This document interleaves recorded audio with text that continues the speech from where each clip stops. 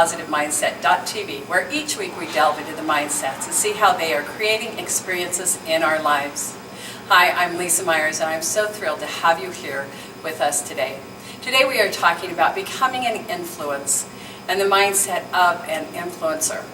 And I'm so excited to have Seneth Horton. Thank you very much.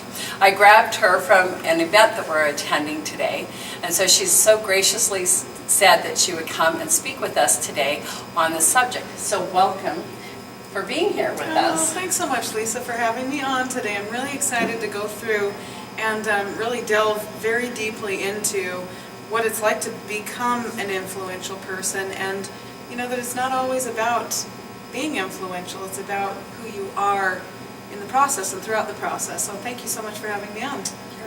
So what does that mean by an influential or being an influence? You know what, I'm glad you asked that question, because sometimes it's all about defining it so we can become aware of what it is we're trying. We hear that it's a buzzword all over the place right now.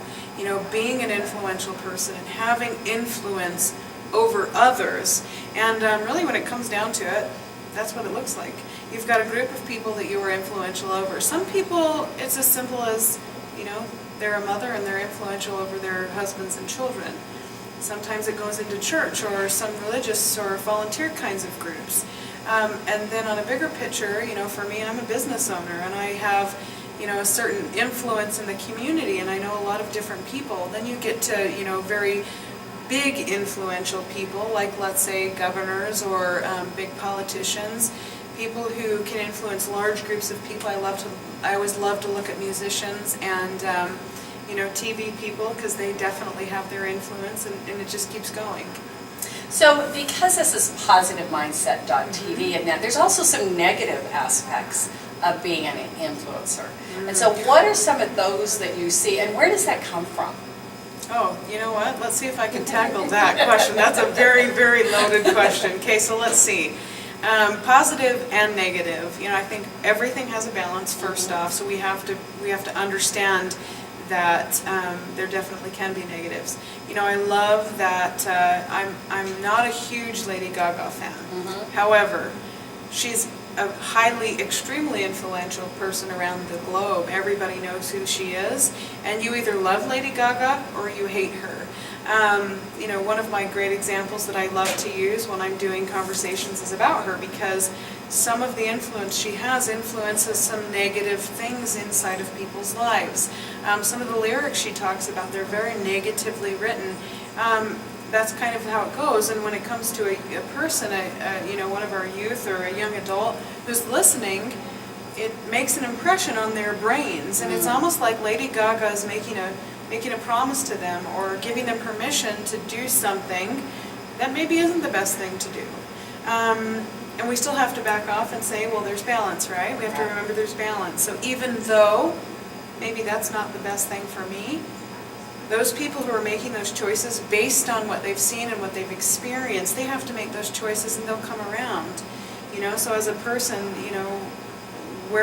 coming from where I'm at, I still can't ever judge. Even though I don't agree with some things that are going on, and I might see them as negative, I don't judge, and it's not my place. I just know what's right and wrong for me, and I know where I'm headed in my life. And in everything that I teach, it all comes back down to who you are, who you're a stand for, and what you believe in. And that's probably the biggest thing, is your beliefs and staying true to yourself. So I hope that answered your question, because I'm like, was there another piece to it? Maybe. Yeah. I don't know. I also see that as well, is that it also comes from your belief of yourself. The negative influencers a lot of times are those that have lack of self-esteem, lack of confidence, and so they're more pushing people, and being that, that tyrant. Where we have the positive side is that you stand in that confidence, you know who you are, and people just automatically want to follow you. And I see that here in this arena as well, is that, and I think that from all of the things that we do, that we're both great influencers. And, and I'm very proud of that for both of us as well. And that's why I wanted to do this today, just to know that you can have a positive influence on other people's lives. And know that you can also have a negative influence. So the question is, what do you want to create?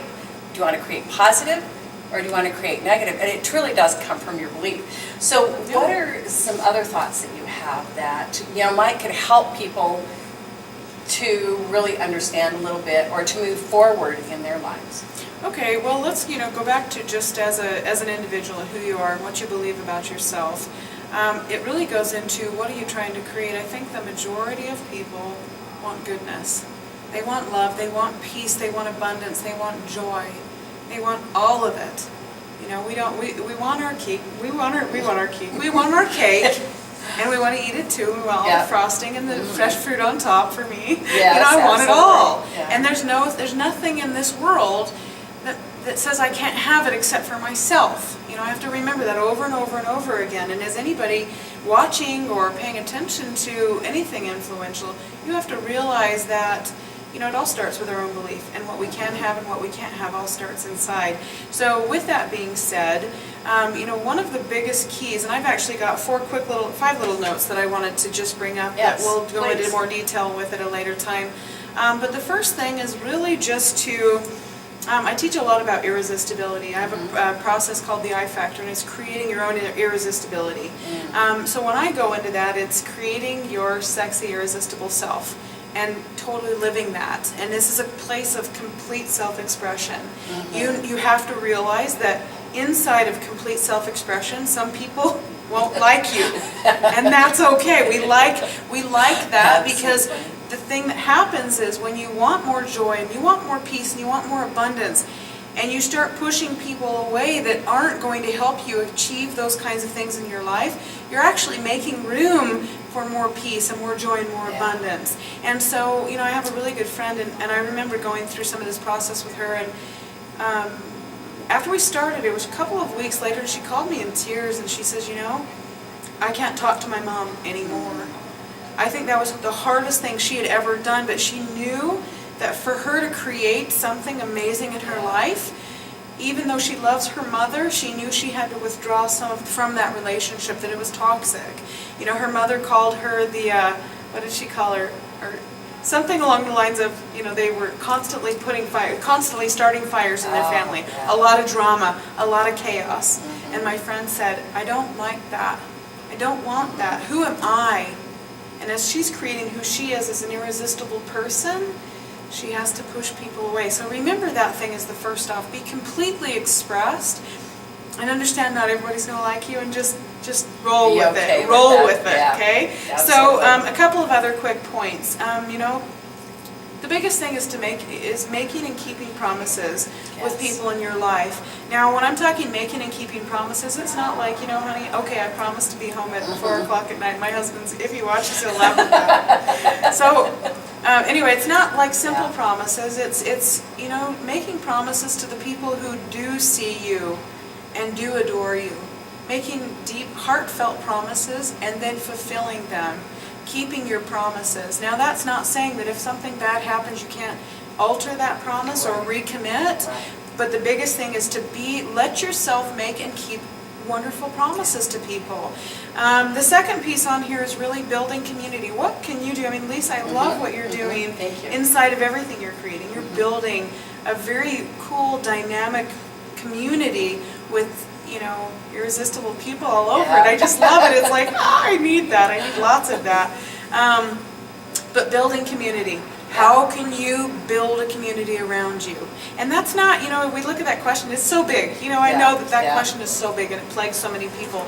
But it's really as simple as, who am I, what do I believe, and how do I get more people from out there to come and play? Absolutely. That's really the biggest thing. Come and play. Let's just have some fun. Let's create our dreams and have some fun in the process.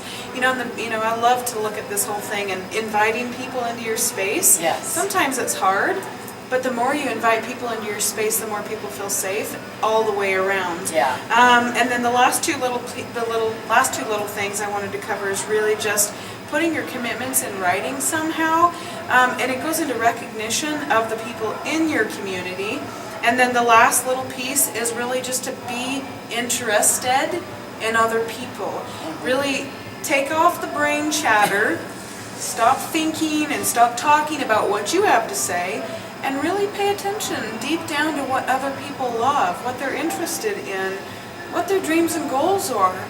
And then pay attention. Yeah. Pay attention to who they are and acknowledge them for who they are. Acknowledge them for all their humanness. Acknowledge the tears and acknowledge the joy and acknowledge them as a human being. So I know that that's a whole lot. Okay? That's a lot of content. Yes. We really will. We have a lot more time now. Right. When are we getting together? I'm so What do we pay excited. attention to? What we're talking about is that you can also catch a longer version of this on blogtalkradio.com/Lisa Myers Special Effects. And so that will be coming up on Monday at noon following this presentation. So just keep on track. We will have that scheduled. We'll have a longer conversation, and I'm just always very thrilled. So be a powerful influence, not only to yourself, but to those around you. And so catch us up next week again. Each week we will be talking about different mindsets. And again, thank you for your time. I know that it's valuable, and I just wanted to grab you and say thank you and come and talk to everyone. So thank you for being here. It's been a pleasure. Thank you everyone for attending, and let's catch up next week. Namaste. Namaste.